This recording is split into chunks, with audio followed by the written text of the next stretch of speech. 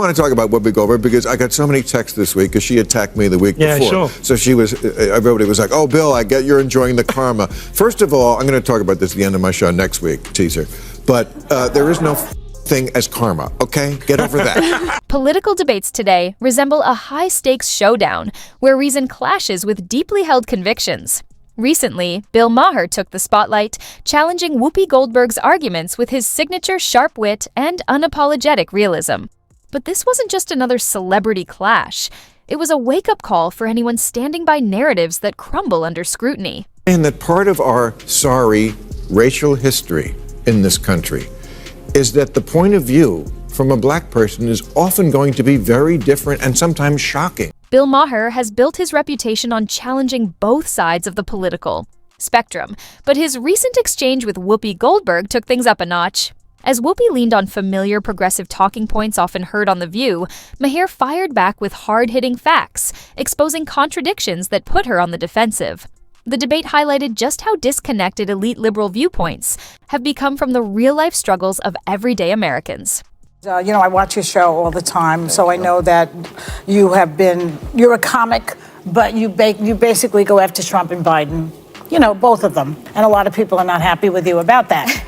I'm not equally. Well, not equally, because you know that Trump is doing more dangerous. Of course. I mean, I don't think anybody was more out front on that danger than I was. Before diving into the debate, it's crucial to understand the key players. Whoopi Goldberg, a staunch advocate of liberal policies, often dismisses criticism of the left as mere right-wing spin.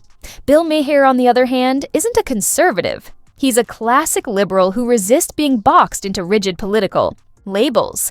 This sharp contrast set the stage for a debate that was anything but ordinary. I was talking about how he was never going to give up power long ago when everybody was laughing at me and said, you smoke too much pot. And I said, I smoke just the right amount of pot. Because plainly, I was using the term slow-moving coup before he was elected the first time. That's right. I said, this guy is never going to concede power. It's impossible to imagine him going, oh, I lost. The clash began when Whoopi downplayed concerns about crime, the economy, and the struggles of working-class Americans. Maher wasted no time pushing back, emphasizing that issues like inflation and public safety have a far greater impact on people's lives than symbolic activism. Instead of tackling his arguments head-on, Whoopi sidestepped with a vague response. That skirted the heart of the issue. Rather than engaging with Maher's facts, she relied on outdated talking points about economic policies, ones that felt increasingly out of touch with everyday realities. About saying anything against Biden, because I feel, not that I have so much power, and you have some more than I do, obviously, but I don't know about that. Are you afraid that you might, influence people who are on the fence? I think you lose all credibility. Maher, never one to let a weak argument slide, exposed a key contradiction in Whoopi's stance.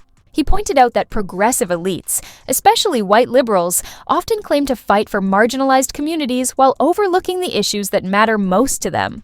Polls consistently show that Black and Hispanic voters prioritize economics, stability, and crime over ideological battles dominating social media. Whoopi's refusal to acknowledge this disconnect only further highlighted the flaws in her argument. My bond with my audience has always been I don't pull a punch. Yeah. My bond with my audience is you're not going to like everything I say, but I'm saying what I really think is true. Right. That's. And look,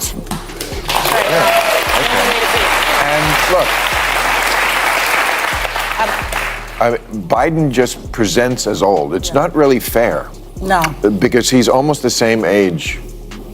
Trump is almost the same age as him. I know. The real turning point came when Maher shifted the discussion to political hypocrisy. He brought up the scandals surrounding Hunter Biden, calling out Democrats for preaching accountability, yet staying silent when one of their own is under fire. Clearly uncomfortable, Whoopi tried to downplay Biden's actions, insisting the controversy was overblown. But Maher wasn't about to let her off the hook that easily. Trump doesn't present that way. You look at somebody right away, you can kind of just sum them up. I mean, we are not young, but we don't present as old. Yeah. Biden does. I saw him yesterday making that speech. Yeah. I mean, I'm sorry, he's cadaver-like. But his brain is good. He's still great. Well, here's what I said. Like when I came back after the strike in September, I said he should get out. Maher reminded the audience of President Biden's own declaration that no one is above the law. a statement that rang hollow as he considered pardoning his own son. This blatant double standard, Maher argued, is exactly why so many Americans have lost faith in the political system. If rules only apply when convenient, then they're not really rules at all. Whoopi struggled to push back, her defense crumbling, under the weight of Maher's logic. I mean, a conservative once said to me, what you guys in the liberal side of it don't get about Donald Trump is we don't like him either. Yeah. It's just that in this country, it's binary. I mean, gender may not be binary, but politics is. You only get two choices. And the stuff that they are afraid of, they see Donald Trump as a bulwark again. As the debate heated up, Maher turned his focus to the media's influence on public perception. He called out mainstream outlets for bearing the Hunter Biden story before the election, accusing them of pushing narrative control over journalistic integrity. Rather than engaging with the evidence Maher laid out, Whoopi brushed off his argument as just another right-wing conspiracy theory. Buried the Hunter Biden story before the election because they were like, we can't risk having the election thrown to Trump. We'll tell them after the election. Backed by hard facts, Maher reminded Whoopi that even left-leaning journalists had acknowledged the Hunter Biden story was intentionally suppressed for political reasons. He argued that this is the true danger of woke ideology. It's not about truth or justice, but about controlling the narrative. Once again, Whoopi had no strong rebuttal and instead opted to change the subject. Obama had her over to the White House, like in 2013, to hint, hey, spend more time with the grandkids. That would not be a good idea, Ruth. And she didn't take the hint, and she was not in good health, and she stayed too long, and she ruined her legacy and got the Supreme Court now to be a pretty right-wing organization. Said Biden shouldn't do that, but ego. He's Dracula. He has crossed oceans of time to be here, and he's not going to give it up now.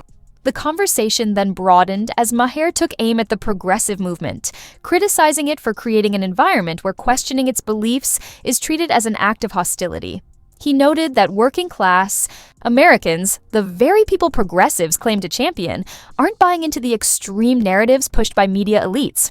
Instead of acknowledging this, Whoopi dismissed legitimate concerns as mere right-wing rhetoric.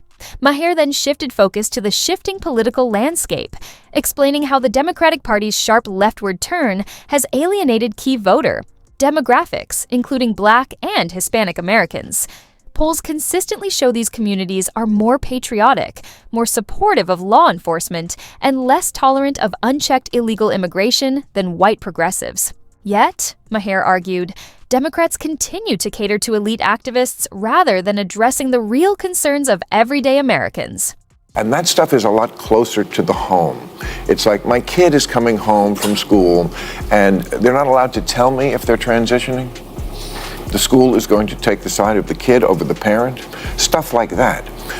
There is a lot of crazy stuff on the left. This book, there's stuff that each side is going to like and probably stuff they're not going to like so much in there. Throughout the discussion, Goldberg struggled to defend her stance against Maher's fact-based arguments. Instead of tackling the concerns head-on, she relied on vague talking points, emotional appeals, and outright deflection. This pattern is common in the woke movement, where ideological loyalty often takes precedence over empirical facts. Maher, meanwhile, zeroed in on the real issues facing Black and Hispanic Americans, emphasizing their prioritization of economic stability and public safety over progressive activism. Rather than engaging with these concerns, Whoopi repeatedly steered the conversation toward unrelated topics. This underscored a major flaw in woke politics. When core beliefs are challenged, figures like Whoopi often dodge the debate instead of addressing the reality at hand.